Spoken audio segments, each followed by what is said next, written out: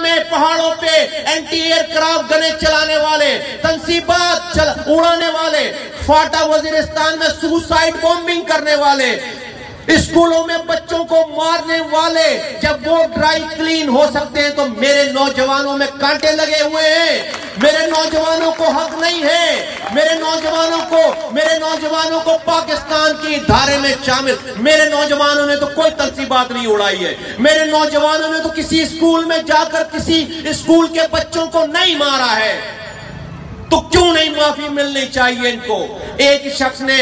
ایک انسان نے میری نسل کو تباہ کر دیا، 25,000 لڑکے مروا دیے، آدھے سے زیادہ لوگ 1700 لڑکے اس وقت جیلوں میں ہیں، لڑکے در بدر کی ٹھوکریں کھاتے پھر رہے دنیا بھر میں، پاکستان نہیں آ سکتے، بہنوں کی خوشیوں میں نہیں آ سکتے، باپوں کو، مرے ہوئے باپوں کو کاندھے نہیں دے سکتے، تباہ برباد ہو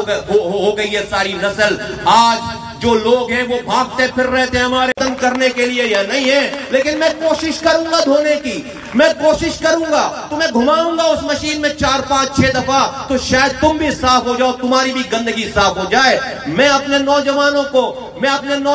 کو چھوڑنے والا نہیں ہوں، اس کمیونٹی کو، اس شہر کو چھوڑنے والا نہیں ہوں، اور جب میں اس کمیونٹی اور شہر کی بات کرتا ہوں تو میری ایک ہی بات، ایک ہی پیغام ہے کہ انسانوں سے نفرت نہیں کرو،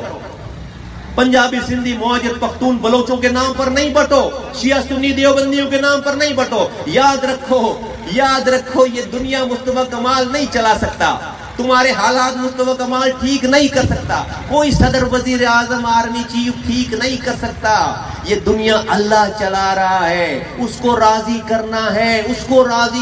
ہے، میں اور آپ وہ کام کر لیں جس سے وہ راضی ہو جائے۔ ہم یہ سمجھتے ہیں کہ بس پاور لے لوں گا تو میں ٹھیک کر لوں گا، نہیں ٹھیک کر سکتا، میں